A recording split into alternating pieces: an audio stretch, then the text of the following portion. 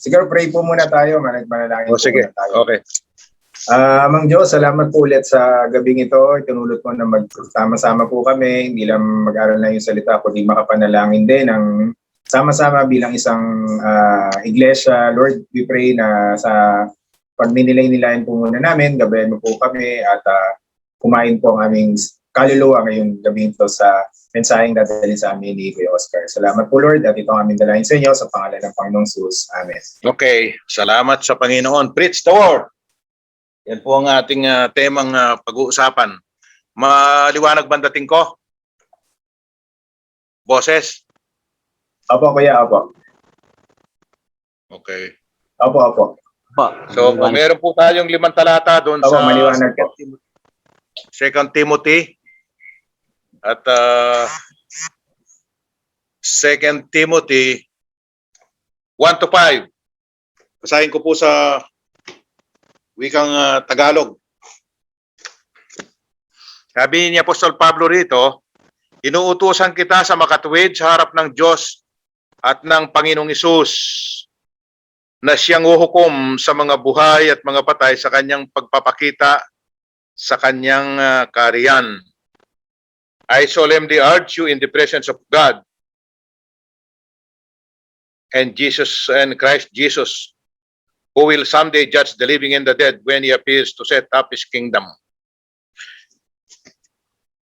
Si Teo po, ang kausap niya Apostol Pablo rito, ito'y kasama na doon sa mga huling tagubilin ni Apostol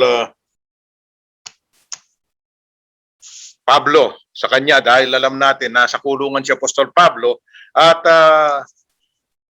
sa pakiwari ni Apostol Pablo, malapit na rin siyang mamatay. Hindi na siya magtatagal, kaya yung mga susunod na talata rito ay sinasabi niyang talagang malapit na rin ang kanyang paglisan sa mundong ito.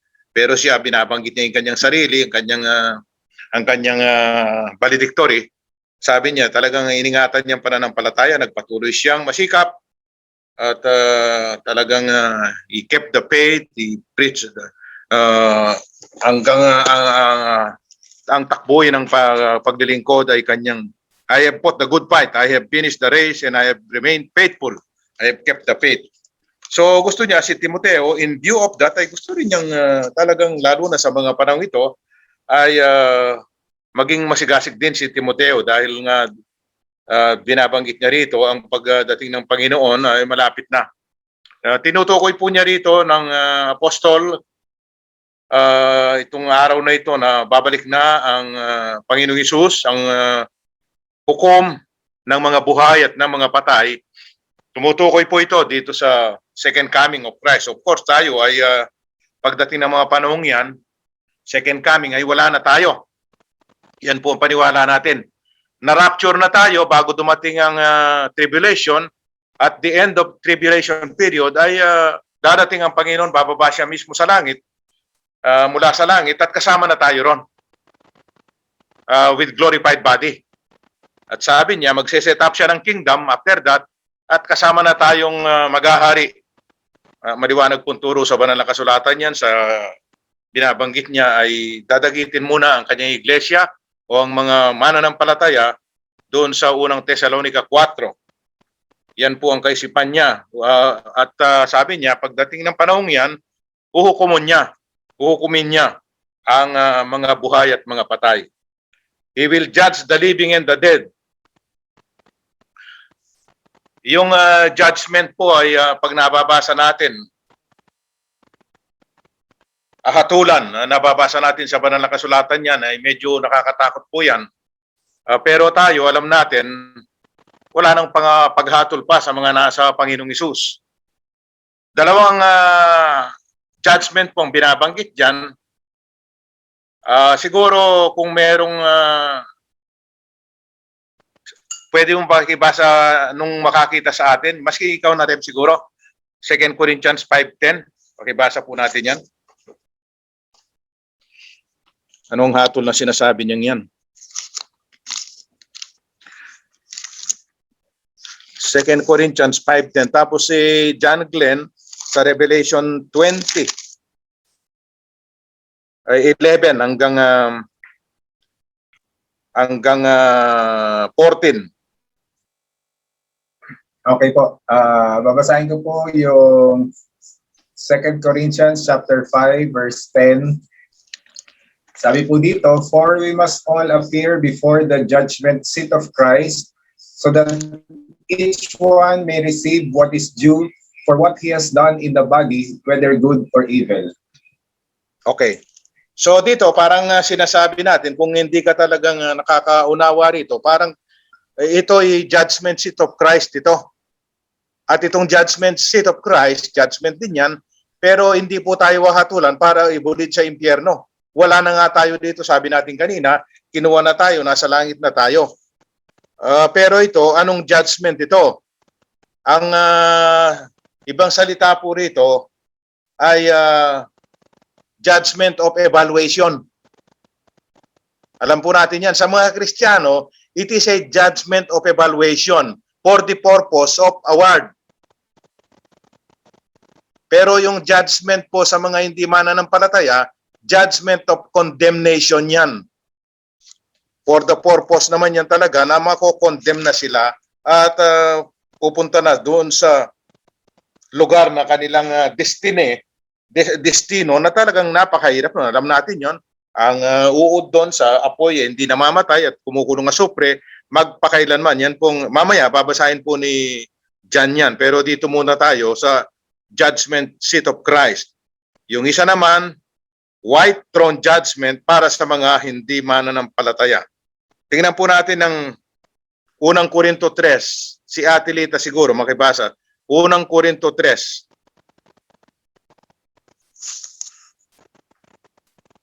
Gis hanggang 14 o 15 hanggang 15. 10 hanggang 15 po, Ate Lita. 1 Corinthians 3, 10 up to 15. Okay na po. 1 Corinthians 3, 10 to 15. 3, 10 to 15. Ganito po sinasabi, ayon sa kagandahang loob ng Diyos sa akin, inilagay ko ang pundasyon. Tulad ng isang mahusay na tagapagtayo, iba naman ang nagpapatuloy sa pagtatayo ng gusali.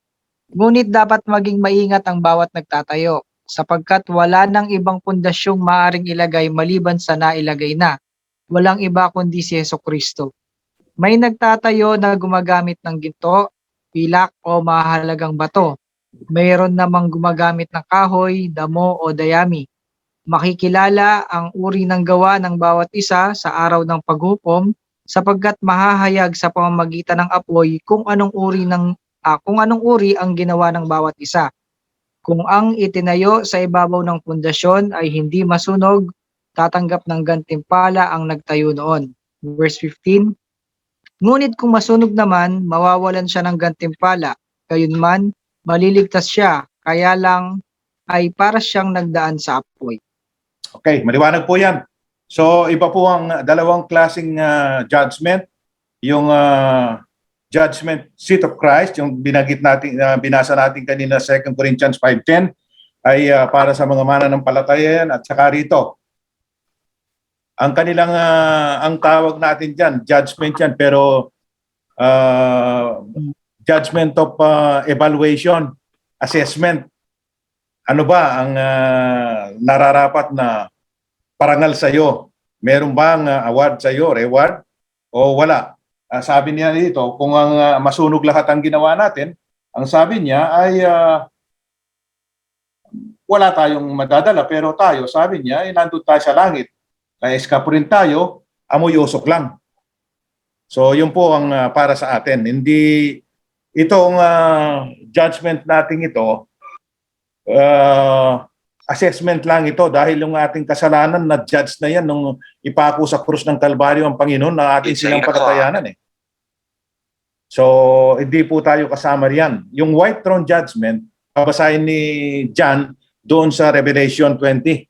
Pakibasa yung binanggit natin kanina, John. Ano ba? Revelation 20 po? Oo. 20 verse 11 hanggang matapos na. 11 to 15. Ito po. Pagkatapos nito'y nakita ko ang isang malaking tronong puti at ang nakaupo doon. Naglaho ang lupa't langit sa kanyang harapan at hindi na nakita pang muli. Nakita kong nakatayo sa harap ng trono ang mga namatay, maging dakila at hamak, at binuksan ng mga aklat. Binuksan ng isa pang aklat, ang aklat ng buhay. Hinatulan ang mga patay ayon sa kanilang ginawa, batay sa nakasulat sa mga aklat. Iniluwa ng dagat ang mga patay na naroroon. Iniluwa din ng kamatayan at ng daigdig ng mga patay ang mga nakalaga sa kanila. Hinatulan ang lahat ayon sa kanilang mga ginawa. Pagkatapos ay itinapon din sa lawa ng apoy ang kamatayan at ang daigdig ng mga patay. Ang lawa ng apoy ay ang pangalawang kamatayan. Verse 15, itinapon sa lawa ng apoy ang sinumang hindi nakasulat ang pangalan sa aklat ng buhay. So napakaliwanag po ng pagkakaiba. Ito ang white throne judgment. Ang lahat ng mga hindi mananampalataya sa dulo ng panahon ay bibigyan din sila ng mga resurrection body eh. Pero upang ibulid sila, ang kanilang mga kaluluwa ay nandun na sa ngayon. Tayo naman, ang kaluluwa natin ay nandun na sa langit. Pero pagdating ng rapture, yung mga namatay before that, halimbawa, darating bukas ang Panginoon, ang mga mahal natin sa buhay mananampalataya, unang kukunin, they will be immediately bibihisa ng isang katawang hindi na masisira, kagaya ng katawan ng Panginoon. Tayo naman, na mananampalataya, kung darating siya bukas, magkakaroon tayo ng instantaneous translation ng ating katawan. Di na tayo dadanas ng kamatayan, papalitan na kagad yung ating sa isang kisap mata, papalitan na ang ating katawan, ang glorified body, sama-sama tayo. Ang Panginoon ay maghihintay lamang sa lapap kasama ng kanyang mga anghel. So dadalhin tayo sa langit. Pagkatapos noon, immediately, darating na po yung 7 years tribulation. The first step is medyo maluwag-luwag yan, pero isang pagsubok na hindi pa naranasan ng sanglibutan pagmula ng kanyang pagkalika at hindi na mararanasan pang muli. Dahil lalo na yung second half na 3.5 years, doon ang maraming mga salot at giyera at pasakit na darating sa mga taong natitira rito. Bagamat, ipangangaral pa yung ebanghelyo ng panahong yun, siya at Ibanene, alam na alam niya yan, at inuulit-ulit din ang pag-aralan yan. At sa dulo noong 7 years ay bababa ang Panginoon. With His saints, sabi niya, pagbaba niya, kasama tayo. At magsisimula na yung 1,000 years na sinasabing millennial kingdom. Tayo po talaga ang mga millennial, hindi yung mga teenager noon. Tayo ang mga millennial dahil maghahari tayong kasama ng there will be complete talagang yung sinasabi nilang inaasam-asam ng tao na pamamahala ng kapayapaan ng Panginoong Hesus mismo ang bababa at siyang mamamahala. Talagang mayroong katahimikan doon, mayroong kapayapaan at talagang progresibo pati ang ekonomiya magiging progressive masyado ang ekonomiya ron. Ay wala kasing gulo, walang baha, ay walang earthquake, walang bagyo, walang salot. Kasi ang Panginoon, sinasabi nga ni Isaiah sa kanyang sulat, pati ang mga hayop na mababangis ay tahimik sila ron. Kalaro ng mga bata, ng mga batang sanggol, kahit na yung mga ulupong ay nasa lungga at maglalaro ang bata at saka yung ulupong, hindi sila mangangagat. Of course, sa dulo nun talaga. Kasi nakatali sa Satanas dyan sa mga panahon yan eh. Nakagapos siya riyan eh. So, doon sa bago siya pawalan, nasa dulo na ng 1,000 years. Matagal din po yan. Pero compared to eternity na yun naman ang papasukan natin, yung Revelation 21, pagkatapos na ng aklat ng Bible, ay dinidescribe din doon ng bagong langit at bagong lupa. Doon naman tayo siguro lilipat na pagkatapos ng matepok na, masunog na, matupok na itong sanglibutan ito. Yun po ang binabanggit niya ditong sa harapan ng Diyos, sabi niya, inuutusan kita. Sa ibang salin nga rito, sabi niya, in the presence of God and Christ. Sa ibang salin, ang ibig lang sabihin nito, ang construction ng English niya kasi parang in the presence of God, even Christ. Yan. Yan ang salin niya sa ibang salin. In the presence of God, even Christ. Parang yan na mismo ang God, si Christ na mismo. Who is to judge the living and the dead. Talagang dadaan tayo riyan. Doon nga sa Revelation, Hebrew 9:27, sabi niya, it is appointed unto man once to die, and after that, the judgment. At sinasabi naman diyan sa Roma 8, there is now therefore no judgment, no condemnation for those who are in Christ. So maliwanag po yan. Yung ating judgment ay evaluation, assessment for the purpose of our award. Pero yung judgment sa sanlibutan ay walang hanggang kamatayang ibubulid. Dagat-dagatang apoy ang pangalawang kamatayan, no? Impyerno ang tawag natin. Yan po. Ang sabi niya rito, Timoteo, sabi niya, preach the word of God. Preach the word of God. Tayo naman, hindi man lahat tayo preacher. Yung mga elder, mga pastor, elder at saka selected few sa atin. Pero tayong lahat siguro, kunin na natin ito, share the word of God. Of course, talaga rito maliwanag na sinasabi kay Timoteo, preach the word of God. Sa mga pastor, sa mga elder, preach the word of God. Minsan nagkakamali po tayo rito, ang binibigyan natin ng pansin, in season and out of season kagad ang preaching natin. Hindi. Be ready. Naaalis yung be ready. In season and out of season. So ang sinasabi lang sa atin dito, talagang anumang panahon, dapat ready tayong ipangaral o ibahagi, i-share ang salita ng Diyos. Preach the word. Ang word na sinasabi rito po ay the whole counsel of God, the whole Bible. Kung ano ang applicable sa sitwasyon, yun ang ipangaral natin. Kung ang mga mananampalataya na yung kararap natin, ipangangaral natin yan, ipangaral natin. Mamaya titingnan natin isa-isa yung sinasabi pa niya diyan. Kung hindi mananampalatayan, dun sa dulo, sinasabi niya, do the work of an evangelist.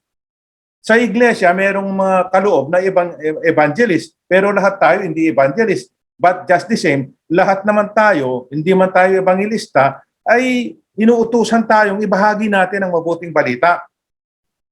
Katulad sa mga taga-Kabiting ito, ibahagi ninyong mabuting balita sa mga kapitbahay natin dyan. Kung kayo hindi pa maliwanag, tanong nyo kay Kuya Glenn.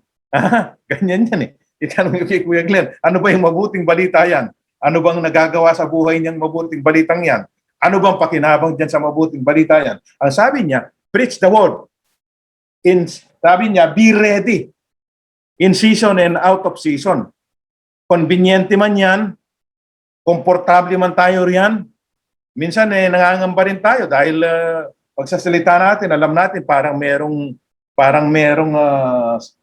hindi, may mga tao riyan na hindi akma sa ating pero sinasabi sa atin, we can do that still ng maayos na pagsasalita. I-preach natin ang salita ng Diyos.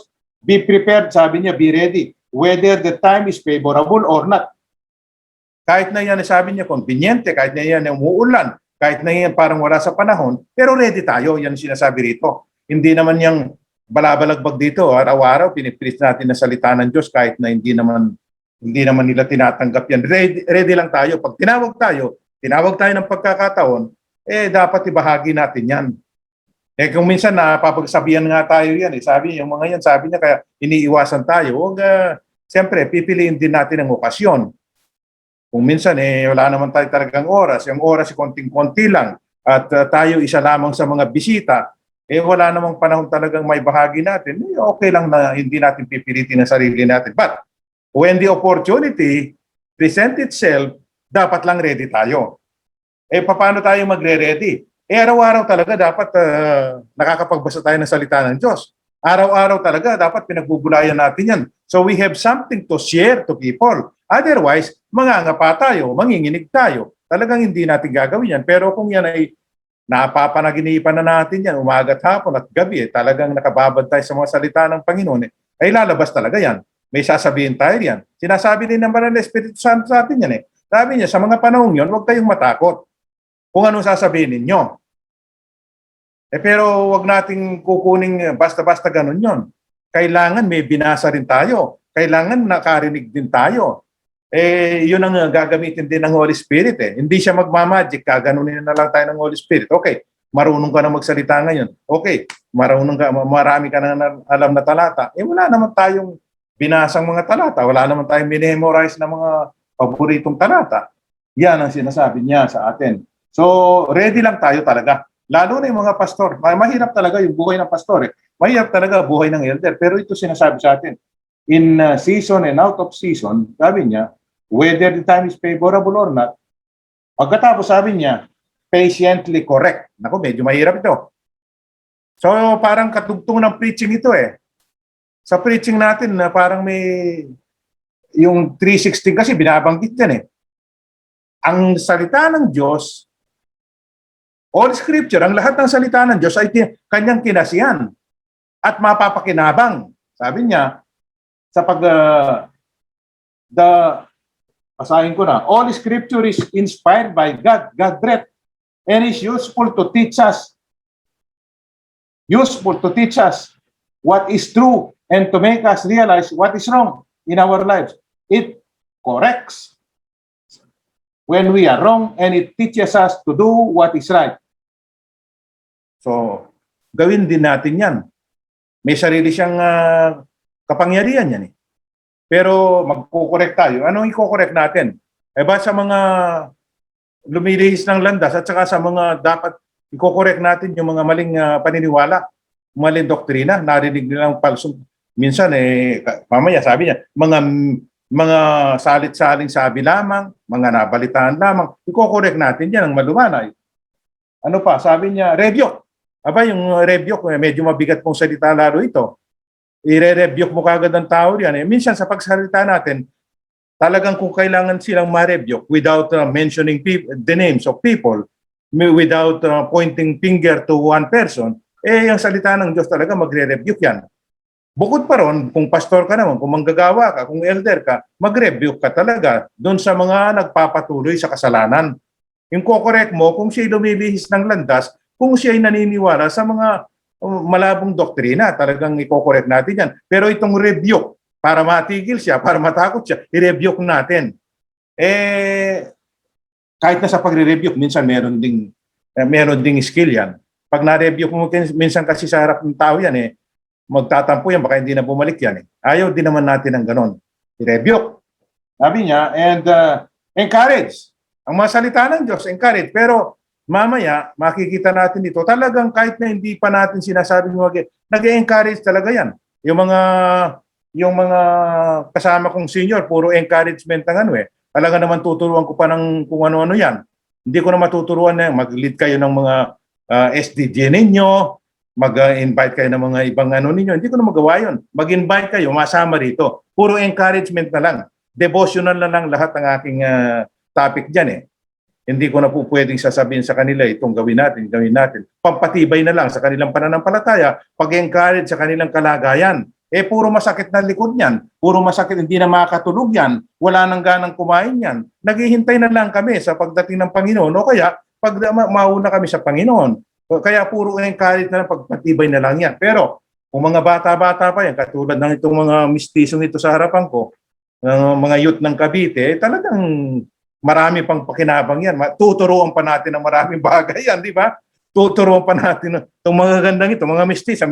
Merong mukhang Bombay O halos mukha silang Bombay Mistisong yung isa naman ang tawag diyan.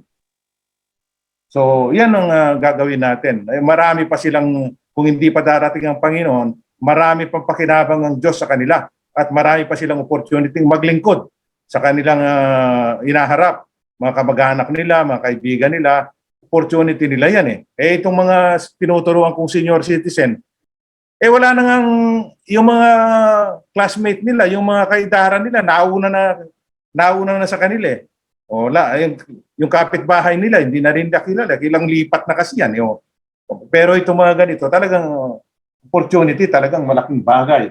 So, we have to correct, to rebuke. Ang sabi niya, and with patience, encourage your people with good teaching, instruction. Encouragement yan sa kanila. So, kayo magtatago, kayo ang sinasabihan dito talaga, encouragement sa inyo yan. Mag-aral kayo ng salita ng Panginoon, magbabad kayo pag nandyan si Kuya Glenn, sa inyong sa presensya ninyo, magtanong kayo, sumama kayo, mag-aral kayo, mag-awitan kayo, at pagpapalain kayo ng Panginoon. Bakit niya sinasabi ni Apostol Pablo ito kay Timoteo? Sabi niya, sa harapan ng Diyos, Panginoong Hesus, nahahatol sa mga patay at sa mga buhay. Sabi niya, bukod lang doon, sabi niya, sapagkat inihingi ng panahon. Ang panahon natin ay hinog na. Ang tawag ng mga patanda niyan sa panahon, hinog na ang panahon. Binabanggit naman yan palagi ng Panginoong Hesus eh. At binabanggit yan sa 1 Timothy. Binabanggit din yan dito sa Timothy 3.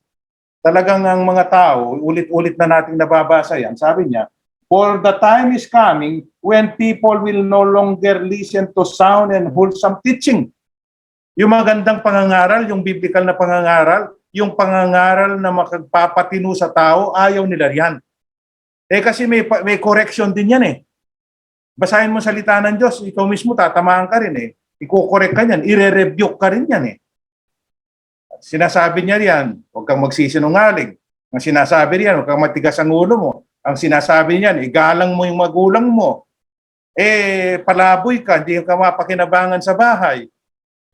Iko-correct ka talaga niyan. Kaya, yan ay lalala pang lalala sa paglipas ng panahon. Malapit na tayo. Ang sabi nga ako ng mga matatanda, hinog na ang panahon talaga.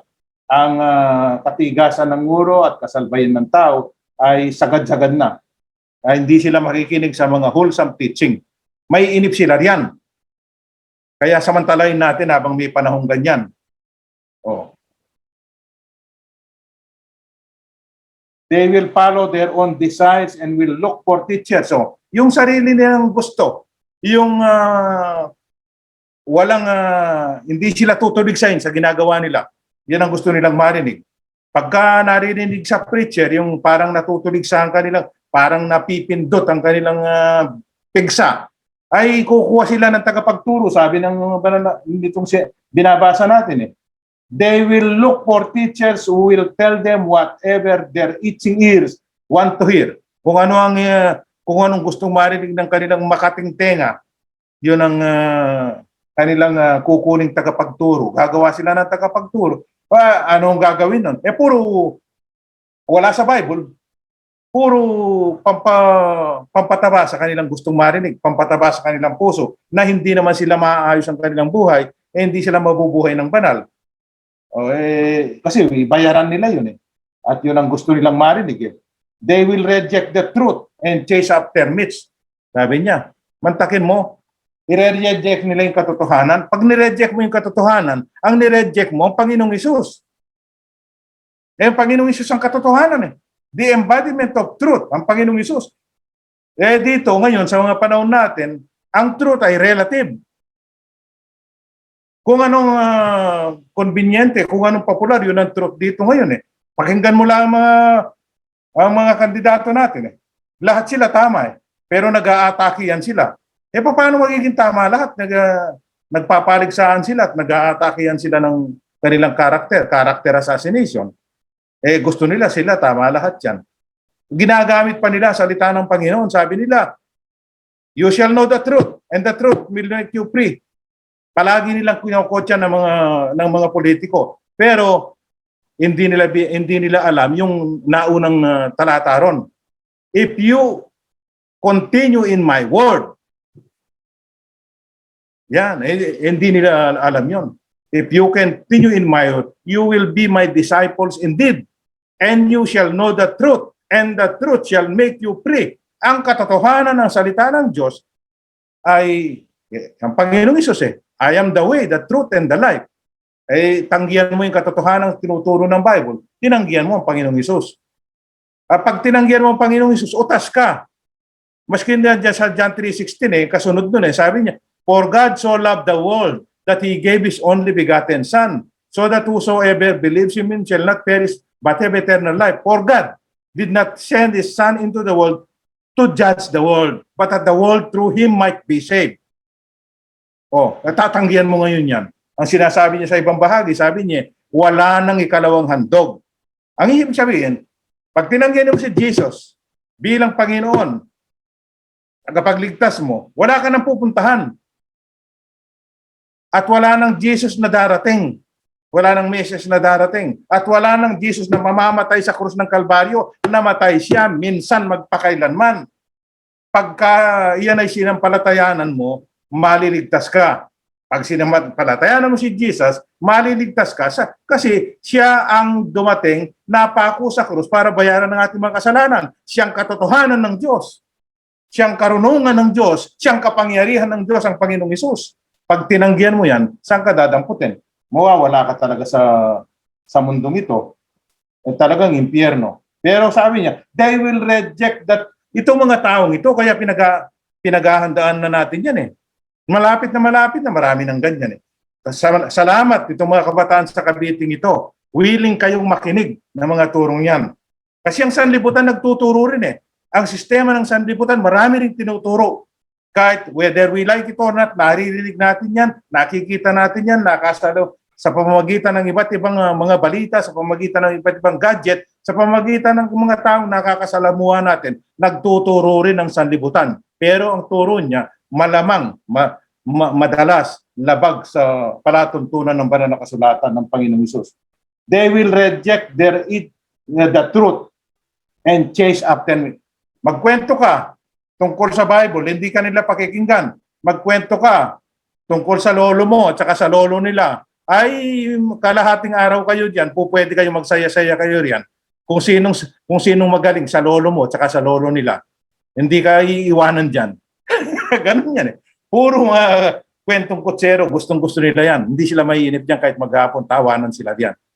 Yan ang sanlibutan. Pero sabi niya, ikaw, Timothy, you should keep a clear mind in every situation. Yan pang sinasabi sa atin, dapat magkaroon tayo ng clear mind. Yung, siyempre, itong mga batang ito, hindi pa nila alam yan, na tayong may edad na, alam na natin, na ang mundong ito talaga, walang yung offer na matino sa atin. Ang mundong ito, pansamantala talaga. Ang mundong ito talaga, ay akala natin, nandirito ang kaligayahan natin. Sila mararanasan pa nila yan, matututunan pa nila yan. Tayo, alam na natin by this time na ang mundong ito talaga ay lalala. You should keep a clear mind in every situation. Tama yan. Kasi kahit na tayong may edad, pag hindi maliwanag ang ating isip dyan, kaya sabi niya, ang isip natin ang binobombard ng kwan eh. Ang iniisip, ang utak natin ang binobombard ng mga bagay-bagay na magbibigay sa atin ng doubt eh. Magbibigay sa atin na malalayo tayo sa palatuntunan ng Panginoon eh. Sabi niya, don't be afraid of suffering for the Lord. Medyo mahirap yan. Pero sinasabi niya, Timothy, nakita mo naman nung mga nagdaan, pinag-aralan natin yan. Nakita mo naman ang suffering ko yan. Pero nakita naman natin kay Apostol Pablo, never niyang nireklamo ang kanyang paghihirap. Bugbog dito, bugbog doon. Ilang palo. 40 less 1, minus 1. Ilang halos malunod sa dagat. Paluin ng kwan dadampot niya na parang patay na, pero ang Panginoon ay kinakahabagan siya. Tuloy pa rin siya kinabukasan. Don't be afraid of suffering for the Lord. Suffering for the Lord, hindi naman ito magliligtas sa atin kung magsasuffer tayo sa Panginoon. Ang iba gusto pa nila yan, magsasuffer sila sa Panginoon. Hindi na natin kailangan ng ganun para lamang maging karugod-lugod tayo. Talagang nalugod ng Diyos. Pero sa ating paglilingkod, kung magtatapat tayo, maaari tayo magsuffer talaga. Pero wag tayong masiraan ng loob. Ang Panginoon sabi, hindi kita iiwan eh. Pangako niya sa atin yan, I'll be with you until the end. I will never leave you nor forsake you. I will not abandon you. Ang Diyos hindi kayo abandon. Kahit na mga batang yan, bigay niyo yung buhay niyo sa Panginoon, hindi kayo pababayaan yan. Hindi kayo hanggang tumanda kayo, mapapaayos pa ang buhay niyo, ang pamilya ninyo pagdating ng panahon. Don't be afraid of suffering for the Lord. For the Lord. Work at telling others the good news. Yan, ang sinasabi doon sa ibang salin, do the work of an evangelist. Ang evangelist, di mag-evangelyo, magbalita ng mabuting balita. Dito, sabi niya, do the work at telling others the good news. The good news, kaya good yan. Talagang yan ang magliligtas sa atin, magbibigay ng buhay na walang hanggan sa atin yan. Talaga, kaya wala nang best dyan eh. Doon sa amin, nabanggit ko nga kanina sa pag-aaral naming nauna, hindi ko narinig ito sa Malaule, sa baryo. Itong last few years, narinig ko, ang sabi nila, ganito. Kasi dati yung alimango ay hindi kinukulture yan eh. Nakukuha lang namin, lumalaki lang silang pusa. Ngayon kinukulture na at ine-export yan. Yung pinakamatataba niyan, sabi niya, export quality. Ang tawag pala riyan, good. Hindi ko maintindihan si Opelia nun. Kaya Kuya Oscar, sabi niya, ang sasarap ng alimango, good sila. First time kong marinig, good ang mga alimango. Kako mas maganda siguro yung best o kaya yung better. Better. Kung good lang yun, yung very good siguro, napakaganda niyan. Lalong mataba yan. Sabi niya, wala namang kami So may good pala yan. Merong almost good. Pagkatapos yung mga dito lang binebenta. Yung good pala, bukod sa mataba, tamang-tama ang laki niya. Pagkatapos kumpleto ang kanyang sipit. Kumpleto siya. Wala siyang parang yung inahandog natin. Good ang tawag nila. Mahal yon at talagang mataba. Ganyan. Tayo, ang good news natin, magpapatawad ng kasalanan ng Panginoong Hesus. Nagbibigay siya ng buhay na walang hanggan sa lahat ng mga sumasampalataya. Maiiwas tayo sa parusa sa impyerno pag ang taong inaaralan natin dyan, sinesyeran natin dyan, ay tinanggap niya yung sineshare natin katotohanan yan. Kaya good yan. Good news ang tawag dyan eh. Ngayon napakaraming bad news. Kanya-kanyang bad news ang dala-dala. Ang daming mga sinungaling para sa YouTube. Kahit na yung typhoon lang eh. Binabasa kong ganyan. Pag mabasa mong gano'n, typhoon ang binabalita, hindi kasi main news ito eh. Ang sabi niya, parumating na bagyo, doble ang Yolanda sa Bagsik. Yung pala naman 45 kilometers per hour lang. Doble na ang Yolanda sa Bagsik. Mananakot eh. Pagka tinignan mo naman ko, wala naman siyang babalik. Ang layo pa pala nito. Hindi nga papasok ng Philippine Area of Responsibility. Puro ganyan ang balita. Kasinungalingan, outright na kasinungalingan. Kahit na yung mga politiko natin, hindi natin alam kung sino nagsasabi ng kasinungalingan na kanilang totoo eh. Pero mapupromote sila eh. Meron nga isa riyan talagang ang alam ng tao at alam naman natin talaga nagpayaman, nagnakaw sila pero hindi naninira eh. Ba't ganon? Bakit itong mga banal silang naninira kung magsalita?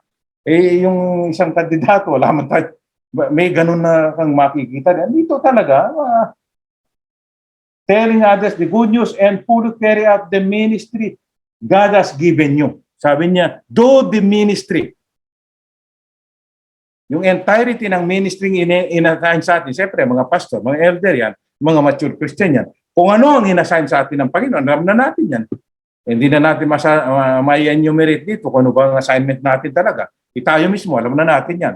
Do it. Fully carry out the ministry God has given you. Yun ang sinasabi ko noon pa sa mga pastor natin. Merong achieve ministry, merong iba achieve ministry ang tawag nila. Silang gumawa niyan Pero merong receive ministry. Itong ministry natin, nireceive natin sa Panginoon ito. Kahit na magbunga ito, Panginoon ang may gawa nito. Si Apostol Pablo, ganyan siya. Pero yung achieve ministry, parang silang gumawa nito Yan ay hindi gusto ng Panginoon yan. Receive ministry tayo. Tinanggap natin itong pribilehiyong ito, itong responsibility ito. Kung lumago man yan, hindi na natin binibilang kung nakapagdala ka ng 100 katao sa Panginoon, pagdating sa lang ay pangit yan. Bahala ng Panginoon. Lingkod na lang tayo na maglingkod. Basta gawin natin, carry out natin ang kabuuan ng ministry.